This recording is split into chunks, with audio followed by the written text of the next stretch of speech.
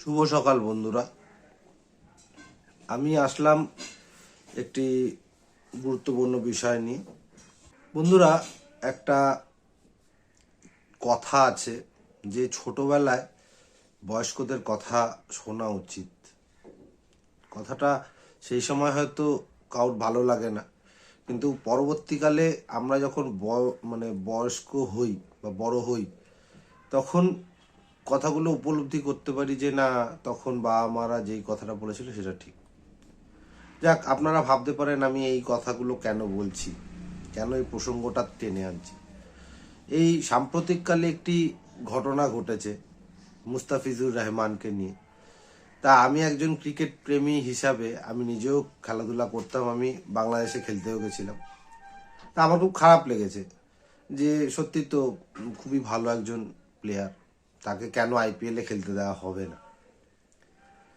কিন্তু এর পেছনে অনেক কিছু কারণ হয়তো জড়িয়ে আছে। যেমন যে মুস্তাফিজুর রহমান একজন খুবই ভালো প্লেয়ার হওয়া সত্ত্বেও খুব ভালো প্লেয়ার হওয়া সত্ত্বেও কেন আইপিএলে তাকে খেলতে দেওয়া হচ্ছে না, এই নিয়ে ভারত বাংলাদেশ উভয় দেশের মধ্যে বহু বিতর্ক তৈরি হয়েছে। তা আমার কিছু প্রশ্ন আপনাদের কাছে রইল, বিশেষ করে যারা বাংলাদেশ থেকে আমার এই ভিডিও দেখছেন। আমার প্রশ্নগুলো খুবই ছোট ছোট, সেই উত্তরগুলো হয়তো আপনাদের কাছেই আছে।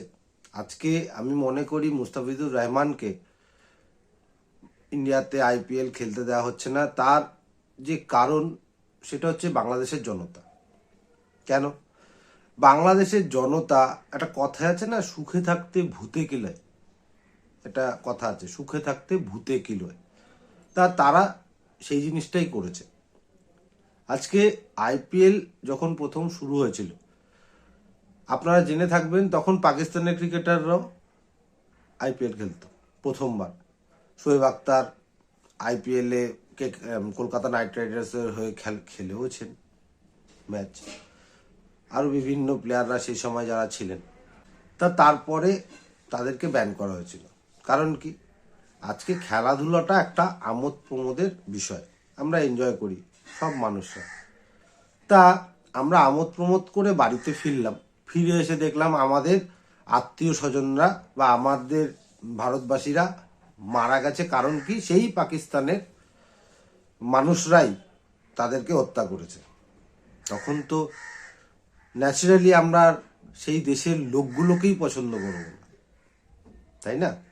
আজকে শোয়েব আখতারকে আমরা আনন্দ এবং রেসপেক্ট দিয়ে দেশে নিয়ে এসে, দেশের মাটিতে নিয়ে এসে আমরা খেলাধুলা করালাম, তাকে পয়সা করিও প্রচুর দেওয়া হলো। কিন্তু কি হলো, সে যখন বাড়ি ফিরলো সে তো আনন্দে থাকলো এবং তার দেশও খুব খুশি। কিন্তু সেই দেশেরই কিছু মানুষ এসে আমাদের দেশের, আমাদের ভাই বোন, মা বাবা, সমতুল্য মানুষদের হত্যা করে চলে গেল। তার জন্যই পাকিস্তানের প্লেয়ারদের ব্যান করা হয়েছে। তারপরে আজ পর্যন্ত আমরা পাকিস্তানের কোনো ক্রিকেটারকেই দেখি না আইপিএলে খেলতে। এইবার আসি বাংলাদেশ প্রসঙ্গে। আজকে বাংলাদেশের আভ্যন্তরীণ গোলযোগ হতেই পারে। আমিও সত্যি কথা বলতে ব্যক্তিগতভাবে এই কোটা আন্দোলনকে সমর্থন করি। তার কারণ সত্যি তো একজন মেধাবী মানুষ, সে পড়াশোনা করার পরে সে যদি চাকরি বাকরিটাই না পায়, তাহলে তার দায়বদ্ধতা, তার দায়ভার সমস্ত রকমই সরকারের। তো সেই সময় তৎকালীন সেই সময়কার সরকার হয়তো সেই জিনিসটা দেখেননি।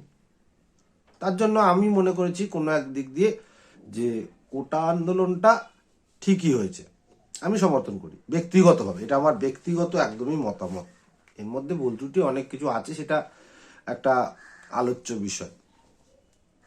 তা আমার কথা হচ্ছে, আমার দেশের কোনো একটা ঝগড়া ঝাঁটি যাই হয়ে থাকুক, সেইটা নিয়ে আমি তো আমার পার্শ্ববর্তী দেশকে কখনো গালমন্দ করতে পারি না। আজকে বাংলাদেশে একটা ঝগড়া হয়েছে, একটা রাহাজানি ঘটনা যাকে বলে সেটা হয়েছে, তার জন্য আমি তো ভারতকে গালাগালি করতে পারি না। আপনি কি কখনো আপনার পাশের বাড়িতে আপনার ঝামেলা, আপনি পাশের বাড়িতে কি বাসনপত্র ছুঁড়ে মারবেন? পারবেন না। এখন বাসনপত্র ছোড়া আর মুখের ভাষা দুটো একই। আজকে কোটা আন্দোলনের পরে বাংলাদেশে কিছু বিজ্ঞজন রাস্তায় নেমে বলতে শুরু করলো কি 4 দিনে কলকাতা দখল করে নেব। আরে কলকাতা আসতে বাংলাদেশের ঢাকা থেকে কতক্ষণ লাগে কারোর জানা আছে? যদি পায়ে হেঁটেই আসে তা তারা মূর্খ। আমি মনে করি, ব্যক্তিগতভাবে বলছি, তারা মূর্খ। আগে তো কলকাতা অবধি তাদেরকে পায়ে হেঁটে আসতে হবে, তারপরে তো যুদ্ধ ঘোষণা করতে হবে, যুদ্ধ করব। তার আগে তারা কোথায় আটকে যায় সেটা তো পরের কথা। তা সেরকম করলো, ভারতের পতাকা পায়ের নিচে নিয়ে দেখানো, ভারতকে গালাগালি করা। আজকে আমাদের যত গুরুজন আমরা মনে করি ভারতবাসীরা, রবীন্দ্রনাথ ঠাকুরকে নিয়ে পর্যন্ত তারা গালমন্দ করলো, তাই না? তা এই সমস্ত জিনিসগুলো যখন ঘটার পরে আজকে মুস্তাফিজুর রহমানকে আমরা বরণ করে নিয়েছি, তারপরেও সে আইপিএল খেলেছে। এবার আমরা ধরে নিলাম যে মুস্তাফিজুর রহমান আইপিএল খেলেছে, সে একটা কিছু টাকা পেয়েছে। আজকে বাংলাদেশের, আমি সেই সমস্ত মানুষদেরকে এই প্রশ্নটা করতে চাই, আমি সমস্ত বাংলাদেশকে বলছি না বাজে, কিন্তু কিছু মানুষ আছে যাদের মাথায় কিছুই নেই। যেমন আজকে মুস্তাফিজুর রহমান আইপিএল খেলে যে টাকাটা উপার্জন করে বাংলাদেশে নিয়ে যাবে, বাংলাদেশে যখন সে থাকবে তাকে তো খেতে হবে, তাকে তো গাড়ি চড়তে হবে, তাকে তো পেট্রোল ভরাতে হবে, তার ধরো কোনো একটা বাড়ি ঘর তৈরি করবে, সে তার নিজের ব্যক্তিগত স্বার্থসিদ্ধির জন্য সে সেই সমস্ত জিনিসগুলো করবে, তাই না? আরে সেই টাকাটা তো সেই দেশের কোষাগারেই তো সে পাঠাবে কোনোভাবে, পরোক্ষভাবে। যারা অ্যাকাউন্টস নিয়ে পড়ে বা ইকোনমিক্স নিয়ে পড়েছেন তারা এটা ভালো বলতে পারবেন যে কোনো দেশের কোনো কিছু, আমরা যে ধান চাষ করি বা সবজি চাষ করি, সেগুলো তো আমাদের দেশের একটা এমন সম্পদ যেটার মাধ্যমে সরকার আমাদের থেকে পরোক্ষভাবে সেই টাকাটা উপার্জন করে। আজকে মুস্তাফিজুর রহমান সেই টাকাটা নিয়ে গিয়ে সে তার জীবনযাত্রায় ব্যয় করবে, সেই টাকাটা সরকারের কাছেই পৌঁছাবে পরোক্ষভাবে, এবং সেই টাকাটা যখন সরকারের কাছে পৌঁছাবে সরকার সেটা দেশের উন্নতিতেই ব্যয় করবে, তাই না? আজকে ভাবুন 2026 সালে দাঁড়িয়ে 9 কোটি ওপরে সামথিং মুস্তাফিজুর রহমানকে বুক করেছিল কলকাতা নাইট রাইডার্স, তাই না? আজকে সেই টাকাটা সে আর পাচ্ছে না, যেটা বাংলাদেশি মুদ্রায় 11 কোটির সমান, সেই টাকাটা বাংলাদেশে গিয়ে আর পৌঁছাচ্ছে না। তো যাই হোক, এটা বাংলাদেশেরই লস। আমি মনে করি এটা বাংলাদেশের পুরোপুরি লস। শুধু মুস্তাফিজুর রহমানের লস নয়, বাংলাদেশি মানুষদের লস। কোন মানুষগুলোর লস বলুন তো? যে মানুষগুলো বাস্তবিকভাবে বাঁচতে চায় এবং বাস্তবিকভাবে তারা উন্নতি চায়, সেই মানুষগুলো না, যাদের মাথায় বুদ্ধি নেই। ওই বললো কানে চিল নিয়ে চলে গেল না কি একটা কথা আছে না, ওরকম সবাই দৌড়ায়। সেই মানুষগুলো জীবনে উন্নতি হয়নি, হবে না। কিন্তু বাংলাদেশে যারা শিক্ষিত মানুষ রয়েছে তাদের ক্ষতি। আজকে আপনাদের বাংলাদেশে যারা হাসনাত হোক কিংবা কি সাজ্জিস আলম, এরা যারা রয়েছেন, আমি ব্যক্তিগতভাবে বলছি এরা খুব ভালো মানুষ আমার মনে হয়। ওরা এই বয়সে দাঁড়িয়ে দেশের সাধারণ মানুষের জন্য ভাবনা চিন্তা করেছে, তার জন্য হয়তো কোটা আন্দোলন করেছে। এখন এটা বিতর্কিত, সেটা পরের বিষয়, কিন্তু একটু ভেবে দেখুন আজকে ওই সাজ্জিস আলমদের ক্ষতি। আমি জানি না, আপনাদের হয়তো কিছুদিন পরে ভোট, আমি শুনেছি। আজকে ওরা যখন যদি কোনো একটা মানে দেশের মন্ত্রিত্ব পদে গিয়ে পৌঁছায়, ওদের এই পরোক্ষভাবে যে টাকাগুলো পৌঁছাবে সেগুলো পৌঁছাবে না, ওরা দেশ পরিচালনা করতেও অক্ষম হয়ে পড়বে। তো যাই হোক, আমার এই কথাগুলো আপনাদের কেমন লাগছে আমি জানি না।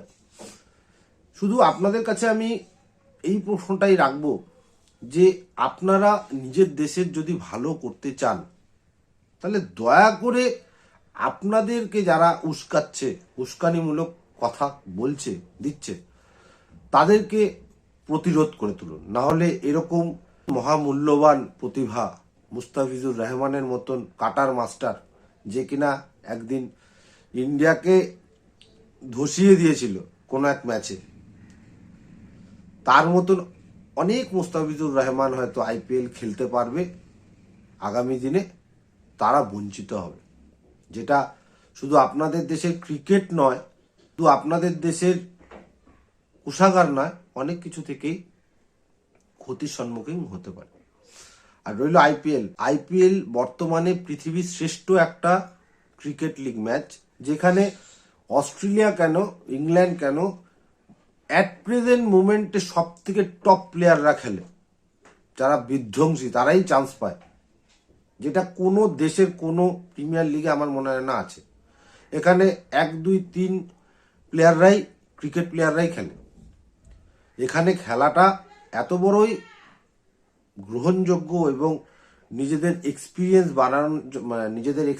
বাড়ানোর জন্য এমনই একটা প্ল্যাটফর্ম আমি মনে করি, যেখানে হয়তো মুস্তাফিজুর রহমান যদি খেলতে পারতো তাহলে বাংলাদেশের ক্রিকেটের যে বোলিং সেগমেন্টটা কিছুটা শক্ত হতো, সামনেই ওয়ার্ল্ড কাপ। যাই হোক, মার্জনা চেয়ে নিচ্ছি, যদি কোনো আপনাদের মনে কষ্ট দিয়ে থাকি তাহলে ক্ষমা করবেন। আমি আমার পরবর্তী ভিডিও নিশ্চয়ই নিয়ে আসবো। আপনাদের আমার এই ভিডিওটা কেমন লাগলো একটু কমেন্টস বক্সে জানাবেন এবং সবার কাছে পৌঁছে দেওয়ার জন্য সহযোগিতা করবেন। আমি আপনাদের জন্য এরকম অনেক ভালো ভালো ভিডিও নিয়ে আসবো। ধন্যবাদ, ভালো থাকবেন এবং সুস্থ থাকবেন।